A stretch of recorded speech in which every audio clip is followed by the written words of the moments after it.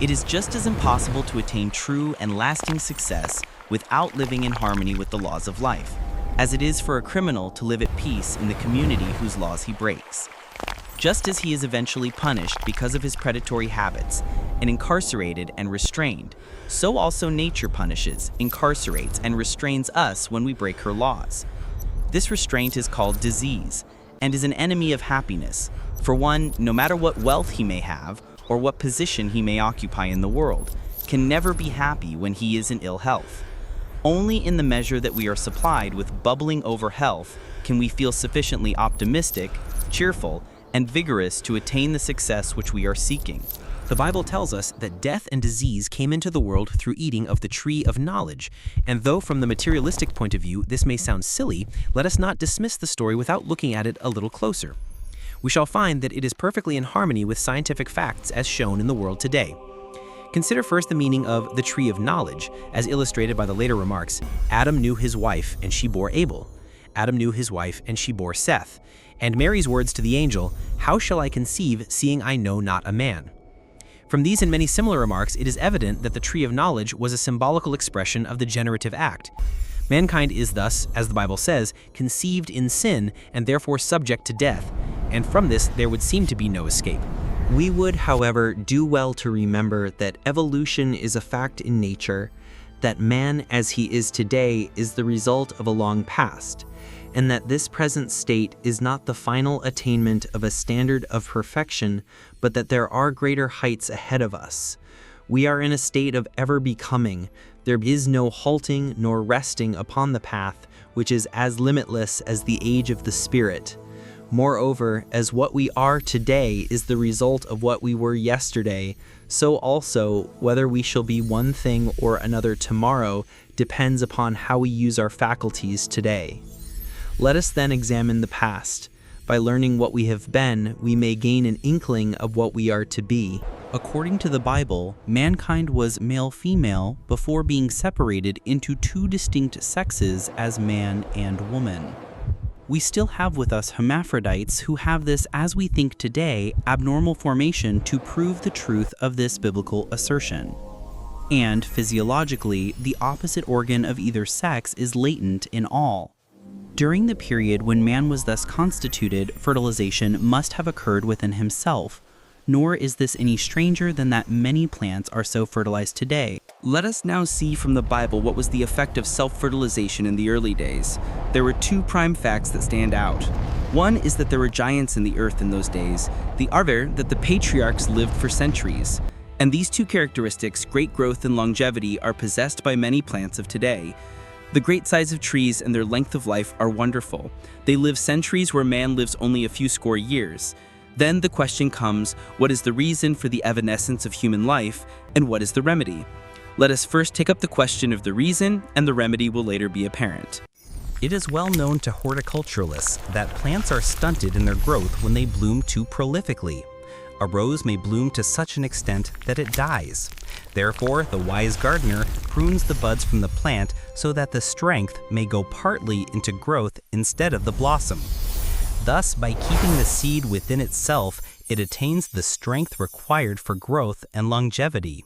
This was the secret of the great size and long life of the earliest races, as it is the secret of size and longevity of the plants today. That the creative essence in the seed is a spiritual substance is evident when we compare the dauntlessness and impatience at restraint of the stallion or the bull with the docility of the steer and the gelding. Moreover, we know that the confirmed libertine and the degenerate become sterile and emaciated.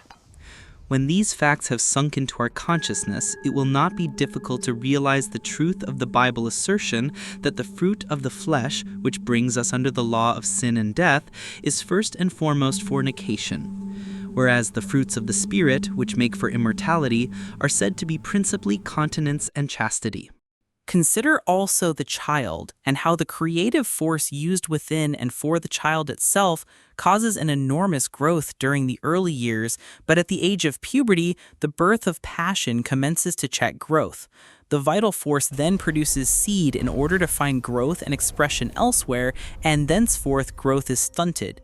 If we continue to grow during life as we grow during childhood, we should be giants as were the divine hermaphrodites of long ago.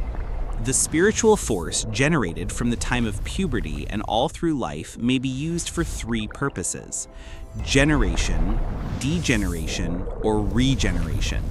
It depends upon ourselves which of the three methods we choose, but the choice that we make will have an important bearing upon our whole life.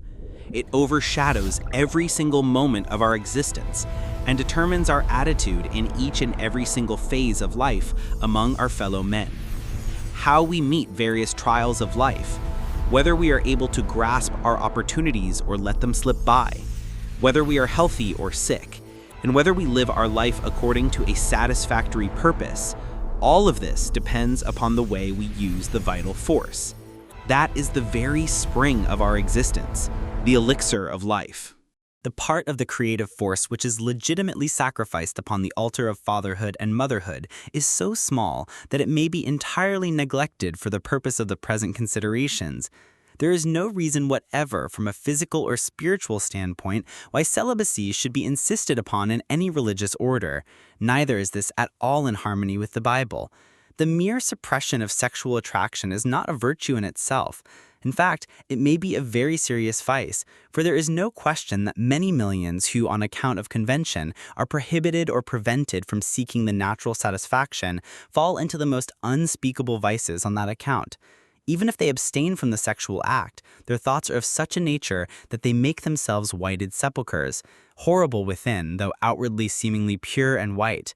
Paul himself, though not in the condition mentioned, said, "It is better to marry than to burn," and the natural expression is far to be preferred to such an inward state as above described.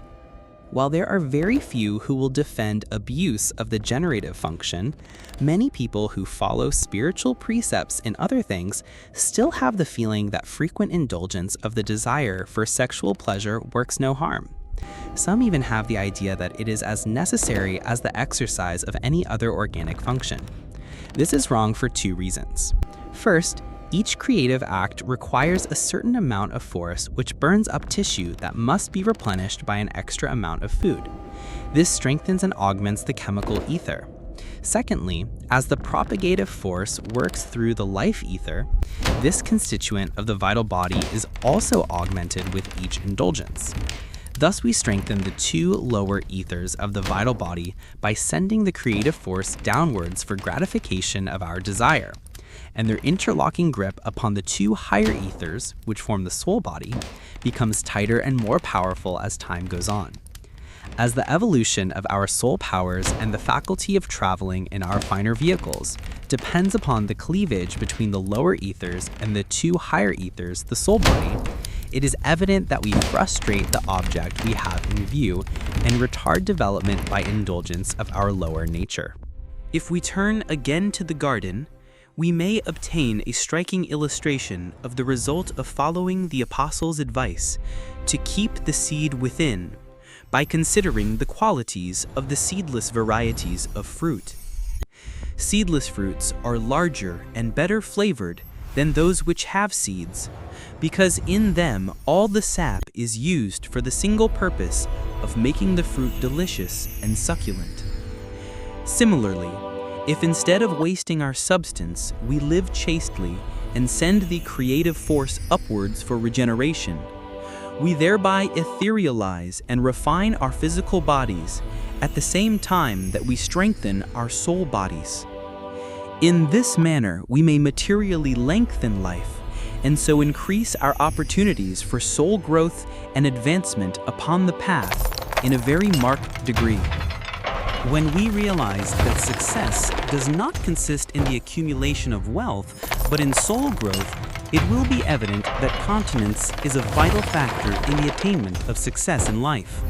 Instead of seeking physical gratification when conscious of the surging impulses of the lower nature, if the individual will focus his thoughts and imagination upon something he desires to create, whether it be a poem, an invention, a picture, a musical composition, or some material demonstration such as a home or a new business venture, he will find that a double purpose is served. The objective demonstration will be accelerated, and the process of transmutation or regeneration within his body will at the same time be noticeably stimulated. Physical exercise alone is also of help, but when accompanied by creative thoughts is more effective. Meditation upon high and inspiring subjects has power literally to transform forces impregnating the sexual fluids.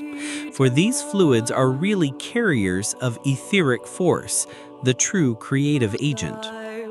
An inspiring poem or passage from the scriptures can be the channel for immediate direction of the thoughts and creative power into uplifting currents.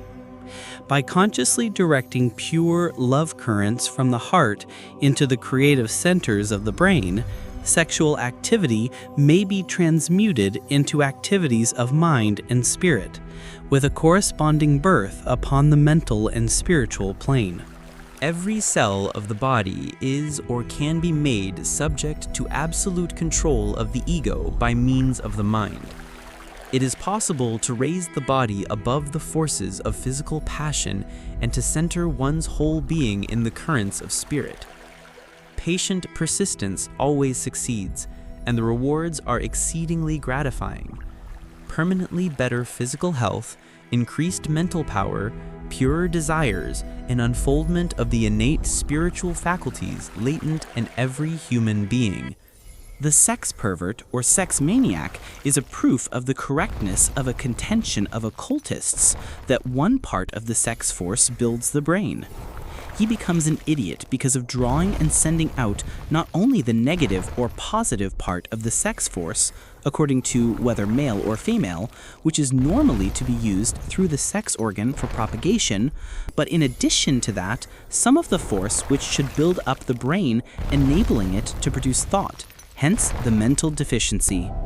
On the other hand, if the person is given to spiritual thought, the tendency to use the sex force for propagation is slight, and whatever part of it is not used in that way may be transmuted into spiritual force. The Holy Spirit is the creative energy in nature, and the sex energy is its reflection in man. Misuse or abuse of that power is the sin that is not forgiven, but must be expiated in impaired efficiency of the vehicles in order thoroughly to teach us the sanctity of the creative force.